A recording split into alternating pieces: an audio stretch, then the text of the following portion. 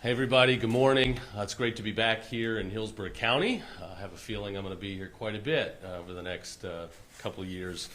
I'm joined here today by Commissioner Mark Glass from FDLE, Special Agent in Charge Mark Brutnell, who's the FDLE Tampa Bay Regional Operations Center Director, Captain Richard O'Connor from the Tampa International Airport PD, Assistant Statewide Prosecutor Deborah Bell from my office. We've got Sergeant Steve Gaskins from the Florida Highway Patrol, and Assistant Special Agent in Charge Micah McCombs from Homeland Security's Tampa Division. Florida's a law and order state. I think by now you guys know that. We've got a great governor who backs our law enforcement and who makes sure that our communities are going to be safe. We're going to do everything we can to put bad people away and protect our families and our children. Today's announcement is another such example of that. Today we're here to announce the arrests of 6 people that have been involved in a very large theft ring of rental vehicles. All 6 of these individuals are non-U.S. citizens. 5 of them have already been arrested and 1 of them is at large, but if I know anything about these guys, they're going to hunt them down. Today's announcement also reflects why we are such a good law and order state. You have various agencies here, many agencies, all working together with one common mission: to protect you, the people of Florida.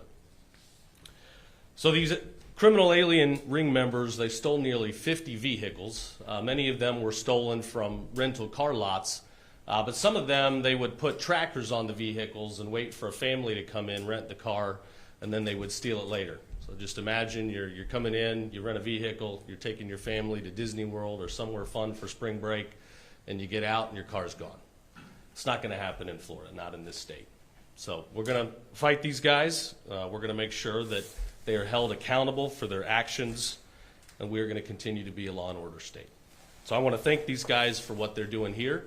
There are a lot of states out there, a lot of jurisdictions that would provide sanctuary for these people, that would not detain them, would not convict them, would not hold them accountable. We are not that state.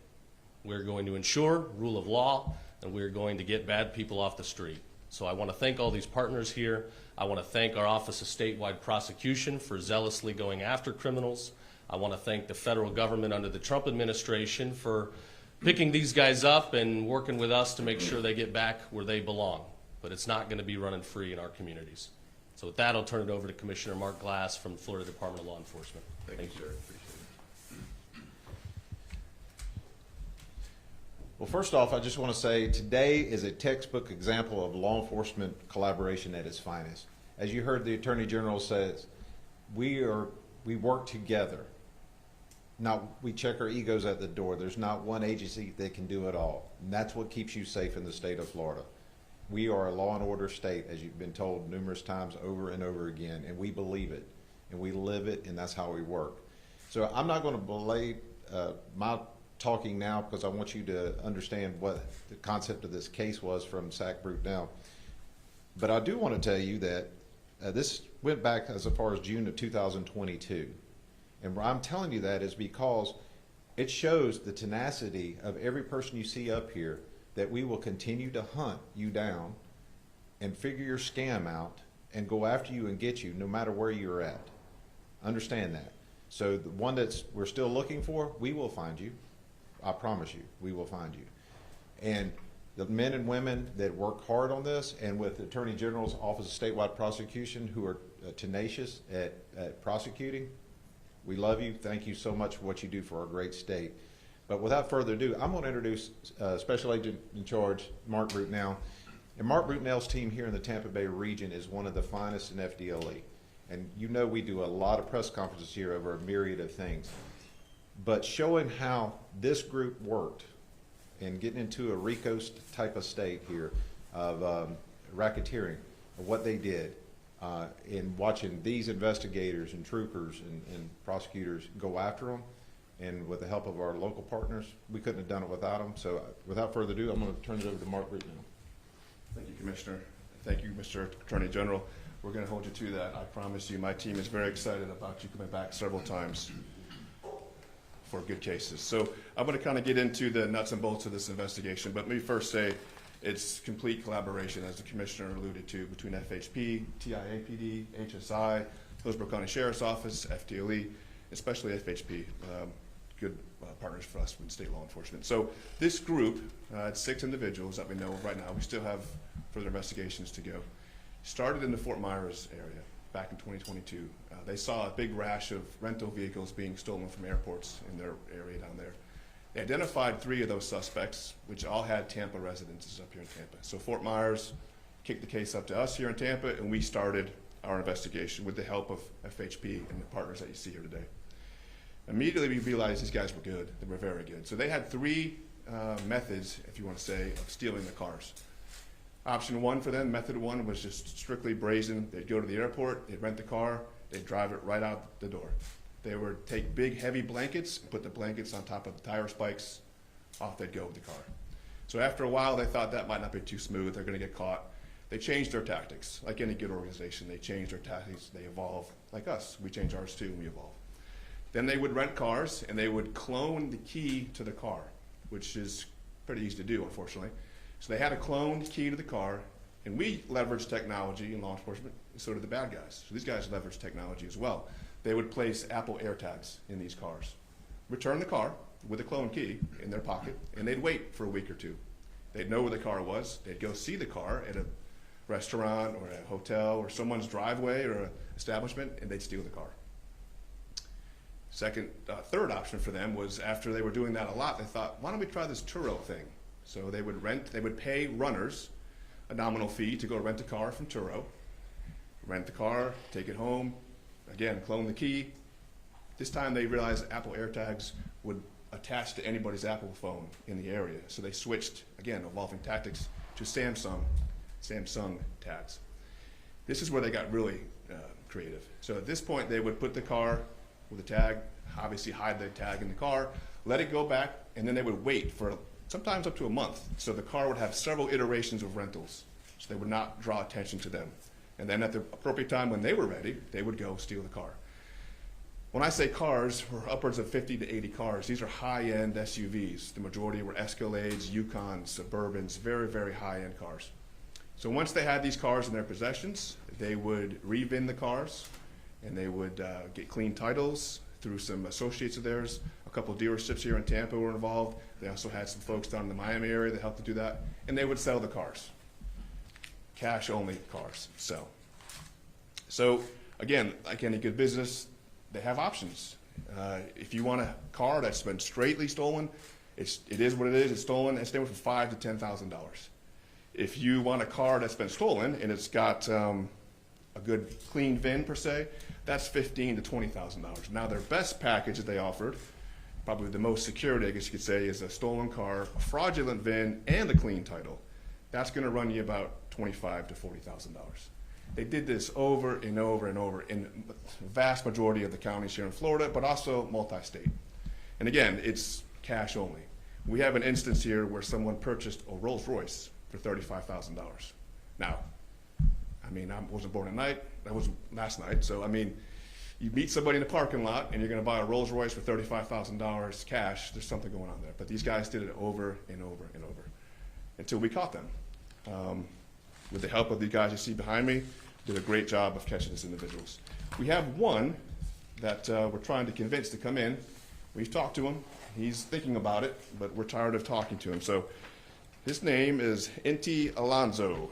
If you know where he is, please convince him. He has an active arrest warrant. Please advise him to do the right thing, turn himself in. Otherwise, I have all the confidence in the world we will catch him. It's just a matter of time. But if he wants to make it a little smoother and easier for himself, please turn himself in. So that is kind of the down and dirty of this case. A lot of work went into this, a lot of analytical work, a lot of surveillance, a lot of technology, a lot of court orders. Our prosecutor from the statewide prosecution office was with us thick and thin all the way through. Again, collaborative effort. I'm very proud of the law enforcement agencies here in Tampa Bay. We work together hand in hand and produce very large-scale cases like this. You guys are victimizing citizens, visitors, tourists. We just can't have it. So with that, I'll turn it over to Lieutenant Gaskins with FHP. Hey, thank you this morning. The Florida Highway Patrol, this is a crystallizing case of partnerships we have between state, federal, and local law enforcement agencies. From the Highway Patrol side, this initiated from a basic traffic stop, what the Highway Patrol is out there doing every single day to ensure public safety. In this case, 2 years ago, a traffic stop led to a more in-depth investigation. And during that investigation, we discovered that vehicles were being stolen, VINs were being stolen, retitled, all those things that you just heard about. Once the two agencies realized that the cases were working together, we collaborated together with them, and we started putting bad people in jail. 81 cars recovered that are stolen. And again, our criminal interdiction unit with the Florida Highway Patrol here, especially in Troop C, Tampa Bay area, outstanding job on their part. Jeremy Fields, my trooper behind me here, was the person who started it on our end. And so those efforts that they do, they're very good at how they do these investigations and following up. And all that information led to the collaboration that you see that we're able to give you today. So unfortunately, we've had some innocent victims here where they bought cars. Again, like the SAC just said, if you're buying cars, we will take them back. So if you have a deal that seems too good to be true, it's too good to be true. So no cash offers. We don't buy cars in Walmart parking lots and so forth, things like that. If it's too good to be true, walk away from it. Don't be the innocent victim here, because you're going to lose out on that. Again, thank you for having us here. Thank you for covering this story, because all these agencies that are working together are making Florida safer and trying to put bad people in jail. Thank you. Thanks, guys. I got two more things I want to say. So first, again, you've got 6 criminals here, not one of them a U.S. citizen. This shows the dangers that have resulted from, the Biden, reckless border policy.